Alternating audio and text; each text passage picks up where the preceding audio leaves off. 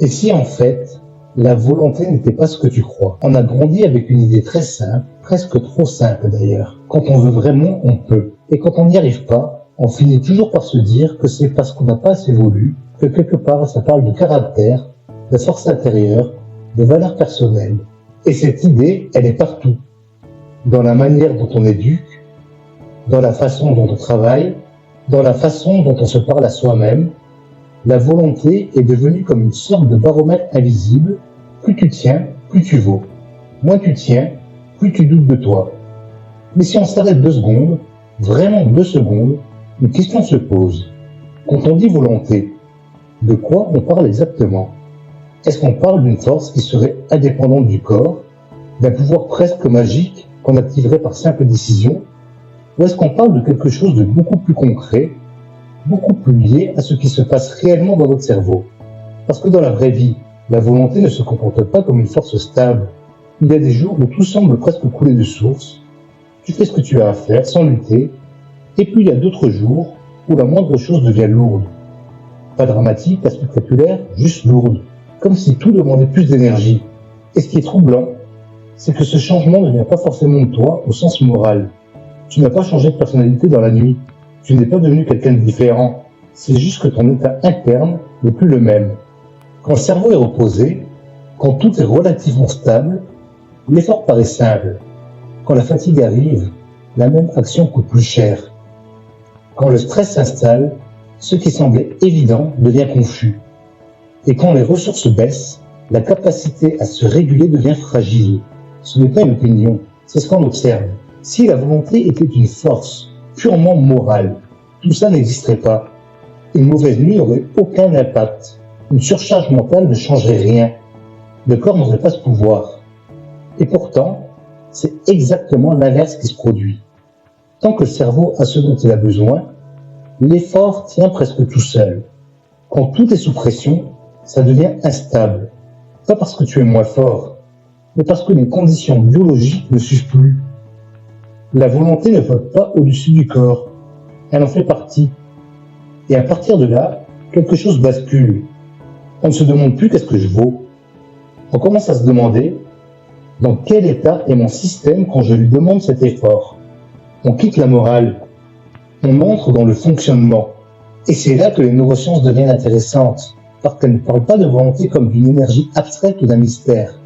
Elles parlent de circuits, de mécanismes, de capacités qui existent vraiment physiquement dans le cerveau. La volonté existe, elle est réelle, mais elle est conditionnelle. Elle dépend directement de l'état biologique dans lequel fonctionne le système qui la produit. Ce n'est pas une image, c'est littéral. Et une capacité biologique, on ne la traite pas comme une vertu. On ne la juge pas, on essaie de la comprendre. On observe comment elle fonctionne, dans quelles conditions elle est stable, dans quelles conditions elle devient fragile, et surtout, ce qui permet de la soutenir. Donc, cette vidéo ne va pas te dire d'être plus dur avec toi, elle ne va pas te dire de te forcer davantage, elle ne va pas te demander de devenir héroïque. Elle va simplement regarder la volonté pour ce qu'elle est réellement. Une fonction vivante, fragile, dépendante de l'état du cerveau, profondément humaine. Et peut-être qu'à la fin, la question ne sera plus « est-ce que je manque de volonté ?», mais plutôt « est-ce que j'ai compris de quoi mon cerveau a besoin pour que l'effort devienne possible ?» Quand on parle de volonté, on imagine souvent quelque chose de très abstrait, un principe, une force intérieure, alors qu'en réalité, on parle surtout de situations très concrètes, des moments précis, des instants où il faut tenir une direction alors que l'attention commence à décrocher, où il faut résister à quelque chose de plus facile et de plus confortable, où il faut continuer alors qu'une partie de toi aimerait simplement s'arrêter. La volonté, c'est ça, ce petit mécanisme discret qui te permet de rester dans ce que tu as décidé, même quand l'esprit fatigue, même quand quelque chose en toi cherche une sortie plus simple. Et quand on regarde ça honnêtement, sans idéaliser, on se rend vite compte d'une chose. Cette capacité n'est pas stable. Elle varie énormément. Il y a des jours où tout est fluide. Tu prends des décisions sans y penser, tu avances presque naturellement. Et puis il y a des jours où chaque choix pèse, où la moindre action demande un effort disproportionné. Pas parce que tu es devenu quelqu'un d'autre, mais parce que l'état interne n'est plus le même. Quand le système est reposé, quand il est relativement équilibré, la régulation se fait presque toute seule. Tu n'as pas l'impression de lutter contre toi, tu fais ce qu'il faut faire simplement. Mais quand la fatigue s'installe, quand la pression monte, quand les ressources commencent à diminuer, ce mécanisme devient hésitant, moins précis, beaucoup plus fragile. Et là, on comprend quelque chose d'essentiel. La volonté n'est pas une réserve magique dans laquelle on pourrait puiser à l'infini. C'est une manière pour le cerveau de gérer son propre fonctionnement, d'arbitrer en permanence entre ce qui est facile tout de suite et ce qui demande un effort plus long, entre ce qui apaise immédiatement et ce qui sert un objectif plus large. Autrement dit, ce qu'on appelle volonté, ce n'est pas une qualité morale, c'est une forme de régulation interne, un équilibre qui permet de garder une direction quand tout pousse doucement vers l'abandon ou la facilité. Et comme tout équilibre, ça dépend complètement de l'état du système qui le produit. Quand tout fonctionne bien, tu le remarques même pas. Quand quelque chose se dérègle, tu réalises à quel point c'était conditionnel. C'est pour ça qu'il est trompeur de parler de la volonté comme d'un trait de caractère fixe, comme si elle faisait partie de ton identité profonde. En réalité, elle reflète surtout l'état dans lequel se trouve ton cerveau à un moment donné. Ce n'est pas qui tu es, c'est dans quel état tu es. À partir de là, la perspective change complètement. On ne parle plus de force ou de faiblesse personnelle, on parle d'un fonctionnement. Un fonctionnement qui peut être fluide, stable, disponible, ou au contraire devenir fragile quand les conditions internes ne sont plus réunies. Et c'est précisément pour ça que la volonté mérite d'être comprise comme une capacité, pas comme un jugement, pas comme une étiquette. Une capacité réelle, utile, mesurable, mais profondément dépendante de l'état du système qui la rend possible. Et là, on touche à quelque chose d'encore plus concret. Parce que ce système dont on parle, ce n'est pas une idée abstraite, c'est ton cerveau. Et ton cerveau, ce n'est pas une entité à part. Il ne flotte pas au-dessus du corps, il fait partie du corps. C'est un organe biologique avec des besoins, des limites, des contraintes réelles. On l'oublie facilement parce que son travail est silencieux. Quand un muscle fatigue, tu le sens. Quand tu manques d'air, tu le sens.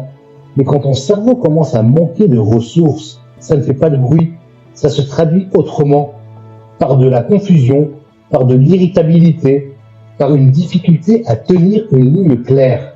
Et pourtant, c'est l'un des organes les plus coûteux du corps. Il consomme énormément d'énergie pour rester opérationnel. Pas pour réfléchir profondément, juste pour être là, présent, fonctionnel. Donc forcément, la volonté repose sur une ressource. Une ressource, par définition, ça peut être disponible ou ça peut venir à manquer. Quand l'organisme est soutenu, quand tu as dormi correctement, quand tu as mangé de façon stable, quand l'oxygénation est bonne, le cerveau a une marge. Les arbitrages sont plus fluides. L'effort est plus stable. Tu n'as pas l'impression de lutter contre toi-même, tu avances. Mais quand ces conditions commencent à se dégrader, tout change subtilement. La concentration demande plus d'énergie. Les décisions prennent du temps. La moindre contrainte mentale devient plus lourde. Et ce n'est pas une question de motivation, c'est une question de disponibilité interne. À ce moment-là, le cerveau fait ce que fait n'importe quel système vivant soumis à une contrainte. Il cherche l'économie, il simplifie, il réduit la dépense. Il privilégie ce qui demande moins d'efforts conscients, pas par faiblesse, mais par adaptation. C'est pour ça que la volonté n'est jamais infinie. Pas parce que l'être humain serait fragile, mais parce qu'elle repose sur un organe qui fonctionne avec de l'énergie, du temps et des conditions biologiques précises. Autrement dit, la volonté n'est pas quelque chose qu'on impose au corps. C'est quelque chose qui apparaît quand le corps peut la soutenir. Tant que le cerveau dispose de ce dont il a besoin, l'effort tient presque naturellement. Quand les ressources diminuent, l'effort devient instable. Pas parce que tu as changé intérieurement, mais parce que le système commence à manquer de marge. Et là, une évidence s'impose. On ne peut pas demander le même niveau de régulation à un cerveau sous contrainte qu'à un cerveau reposé, soutenu, disponible. Ce n'est pas une question de caractère, c'est une question de fonctionnement biologique. Parler de volonté sans parler du corps, c'est un peu comme parler d'un moteur sans parler de carburant. Mais l'énergie n'est qu'une partie de l'histoire. Il y a autre chose qui change encore plus profondément la manière dont le cerveau fonctionne. Et ça, c'est le stress. Quand une pression apparaît, peu importe qu'elle soit émotionnelle, sociale ou mentale, le cerveau ne fait pas juste tenir le coup. Il bascule dans un autre mode. Un mode plus rapide, plus réactif, plus orienté vers l'urgence, et forcément beaucoup moins nuancé. C'est comme si toute la logique interne se simplifiait. Ce qui demandait du recul devient plus difficile. Ce qui demandait de la retenue devient plus coûteux. Et ce qui demandait de maintenir une direction malgré l'inconfort devient fragile. Pas parce que tu lâches, mais parce que le système a changé de priorité. Sous pression, le cerveau cherche toujours à réduire l'incertitude et l'effort. Il raccourcit les chemins. Il va vers ce qu'il connaît déjà, vers ce qui est automatique, vers ce qui a déjà fonctionné dans le passé. La régulation consciente passe au second plan, non pas par faiblesse, mais parce que l'urgence prend toute la place. Et c'est pour ça que dans les périodes tendues, on se surprend parfois soi-même. On réagit plus vite, on prend moins de recul, on se tourne plus facilement vers ce qui apaise immédiatement, pas parce qu'on est devenu irrationnel, mais parce que le cerveau cherche d'abord à stabiliser la situation. La volonté n'a pas disparu, elle n'a pas été détruite. Elle se retrouve simplement en concurrence avec un mode de fonctionnement plus rapide, plus économique, plus orienté. Et plus cette pression dure, plus ce mode devient dominant. Ce qui était ponctuel devient habituel. Ce qui demandait peu d'efforts devient lourd. La régulation consciente s'épuise parce qu'elle n'est plus soutenue par un système stable. À ce moment-là, on comprend quelque chose d'important. La perte de contrôle n'est pas un effondrement moral, c'est un changement de hiérarchie interne. Le cerveau ne cherche plus d'abord la cohérence, il cherche à tenir. Et c'est pour ça que dire à quelqu'un de se ressaisir quand il est sous stress intense ne fonctionne presque jamais. Ce n'est pas une question de volonté morale, le système est déjà dans un autre mode de fonctionnement. La volonté ne disparaît pas sous la pression. Elle devient simplement moins prioritaire face à des circuits plus rapides, plus automatiques. Et dans ce rapport de force, elle ne gagne pas toujours. Il y a encore un facteur qui change tout, et dont on parle souvent comme d'un détail, alors que c'est presque une base. C'est la récupération. Le sommeil, par exemple, ce n'est pas juste se reposer, ce n'est pas une pause. C'est un moment où le cerveau fait son travail de fond. Il réorganise, il stabilise, il remet de la cohérence dans les circuits, il restaure ce qui permet justement de décider, de freiner une impulsion, de tenir une direction. Quand ce temps-là manque, ce n'est pas spectaculaire, ça ne s'effondre pas d'un coup, ça devient simplement plus lourd. L'attention est un peu moins nette, les choix demandent un peu plus d'efforts. La régulation devient un peu moins précise, pas au point qu'on s'en rende compte clairement, juste assez pour que tout coûte plus cher. Et c'est pour ça qu'après une mauvaise nuit, tout paraît différent. On est plus irritable, on hésite davantage, on est plus attiré par ce qui demande moins d'effort mental, pas parce qu'on est devenu quelqu'un d'autre, mais parce que le système ne fonctionne plus avec la même marge. Et quand ça se répète, quand la récupération devient insuffisante sur la durée, là quelque chose de plus profond s'installe. Ce qui était exceptionnel devient normal. Ce qui était difficile ponctuellement devient un état de fond. La volonté ne s'effondre pas brutalement, elle s'use. Comme un mécanisme qu'on sollicite sans arrêt, sans jamais vraiment lui laisser le temps de se rééquilibrer. À ce moment-là, la récupération n'est plus un confort. Elle devient une condition de base. Sans récupération, il n'y a pas d'équilibre. Il n'y a que de la compensation. Et compenser, ça coûte énormément. Le cerveau tient, mais il tient en simplifiant, en réduisant la finesse de ses décisions, en allant vers ce qui est plus facile à gérer, en sacrifiant la précision au profit de la survie fonctionnelle. C'est pour ça que beaucoup de personnes ont l'impression de manquer de volonté sur la durée, alors qu'en réalité, elles vivent dans un état de récupération insuffisante. Elles avancent par adaptation, pas par stabilité. Elles tiennent parce qu'elles n'ont pas le choix, pas parce que leur système est réellement soutenu. Et là, la question change encore. Ce n'est plus seulement « qu'est-ce que je dois faire ?» c'est « dans quel état est mon système quand je me le demande ?» Parce que demander un effort précis à un cerveau déjà saturé, C'est comme demander de la précision à un instrument qui n'a plus le temps de se régler. Et ce n'est pas une question de volonté morale, c'est une question de condition. Et c'est là qu'on commence à comprendre pourquoi la volonté a été transformée en valeur morale. Pas parce que c'était juste, mais parce que la biologie du cerveau était invisible. Pendant très longtemps, on ne voyait pas ce qui se passe à l'intérieur. On ne voyait pas le résultat, le comportement, celui qui tient, celui qui lâche, celui qui avance, celui qui s'arrête.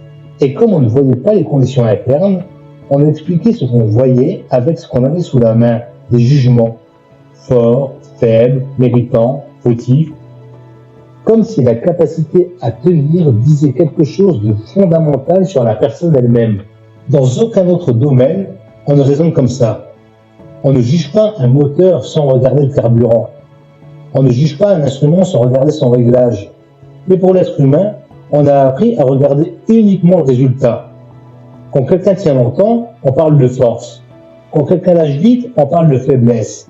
Et on oublie presque toujours de se demander dans quel état se trouvait le système au moment où il a agi. La morale a pris la place de la biologie simplement parce que la biologie n'était pas accessible. On ne savait pas ce qui se passait dans le cerveau, alors on a rempli le vide avec des valeurs. Ce n'était pas une mauvaise intention, c'était une simplification. Les sociétés ont besoin de repères. Elles ont besoin de critères pour organiser, responsabiliser, structurer les comportements. Transformer la volonté en valeur morale, ça rendait les choses visibles. Ça permettait de récompenser, de sanctionner, de donner une cohérence. Le problème, c'est qu'on a fini par confondre l'outil et la réalité. On a pris une capacité biologique variable pour un trait de caractère fixe. On a pris une fonction fragile pour une preuve de valeur personnelle. Et c'est cette confusion qui est restée. Même aujourd'hui, alors qu'on comprend beaucoup mieux comment fonctionne le cerveau, on continue souvent à juger la volonté comme si elle existait hors du corps. C'est pour ça que la culpabilité tombe si facilement. Pas parce qu'on est cruel, mais parce qu'on a appris à expliquer le comportement sans regarder les conditions internes qui le rendent possible. On demande de la stabilité à des systèmes instables. On demande de la constance à des organismes qui fonctionnent par équilibre. Et quand on ne tient pas, on ne parle pas d'échec personnel. Alors que très souvent, ce n'est pas la personne qui est en cause, c'est l'environnement biologique et mental dans lequel elle évolue. À partir de là, la volonté cesse d'être un étalon moral. Elle redevient ce qu'elle est réellement, un indicateur de l'état du système. Pas un jugement, un signal qui dit « voilà dans quelles conditions ce cerveau est en train de fonctionner ». Et quand on comprend ça, quelque chose change profondément dans la manière de se regarder. On ne passe pas de la responsabilité à l'excuse, on passe de la culpabilité aveugle à la compréhension lucide. On cesse de se juger comme un défaut moral. On commence à s'observer comme un système vivant, avec ses variations, ses contraintes, ses besoins réels. Et c'est là qu'il faut poser quelque chose de très clair, parce que c'est souvent là que naît le malentendu. Comprendre la biologie de la volonté, ce n'est pas dire que tout est excusable. Ce n'est pas dire que plus rien ne dépend de nous. Ce n'est pas effacer la responsabilité. C'est simplement arrêter de confondre explication et jugement. Expliquer un mécanisme, ce n'est pas justifier un comportement. Mais refuser de regarder le mécanisme, c'est condamner sans comprendre. La science ne dit jamais que l'être humain n'a plus de responsabilité, elle montre simplement que cette responsabilité s'exerce dans un cadre précis, avec des limites réelles, avec des conditions concrètes. Elle décrit des contraintes par une disparition du contrôle. Autrement dit, la volonté existe, elle est réelle, mais elle n'est jamais indépendante de l'état dans lequel fonctionne le cerveau.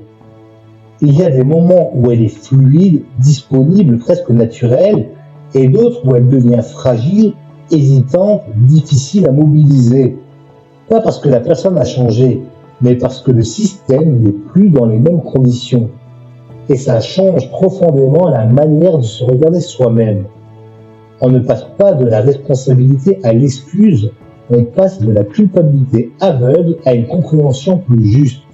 On arrête de se traiter comme un défaut moral. On commence à s'observer comme un organisme vivant avec des fluctuations, des besoins, des limites biologiques. La volonté n'est donc ni une illusion ni une force magique, c'est une capacité produite par un cerveau vivant capable d'adaptation, mais aussi de fragilité.